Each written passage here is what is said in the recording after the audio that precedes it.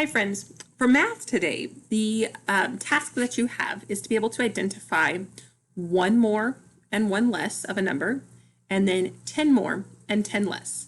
And I want to use this hundreds chart to show you how simple it is if you have the hundreds chart with you to find those numbers. So I'm going to pick a number on the chart and I'm going to highlight it. So if I pick the number 36, I know what one more of a number is, and I can also figure out what one less of a number is, because if I say 36 and I want one more, it's 37.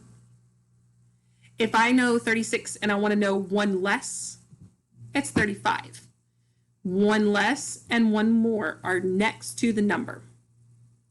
Now, 10 more and 10 less can also be found near this number, but not next to it. If I want 10 less than 36, so 36 take away 10, I go straight up to 26. So 10 less than 36 is 26. And if I want 10 more than 36, I go down to 46. You can do this with any number on the chart. Now, let me try one more. I choose 73. Think about what is one more than 73. 74. And one less than 73 is 72. And then if I want 10 more, I come back to 73 and I go straight down. And if I go up, I have 10 less. Now, your seesaw activity today is called Chunks of Charts, like a number chart.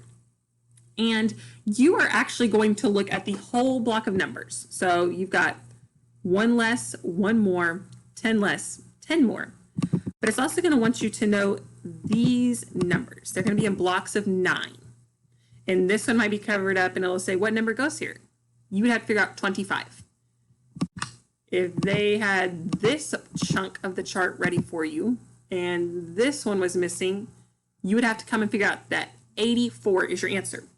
Now, the easiest way to do your seesaw activity today is going to be to use this tool here that I am using. When you are done with the question, you want to clear it, you just click the button here. And I have included this link for you under the video. So when you go to Seesaw, make sure you have your Seesaw activity up. You're also going to want this in a tab as a tool to help you. Good luck, friends.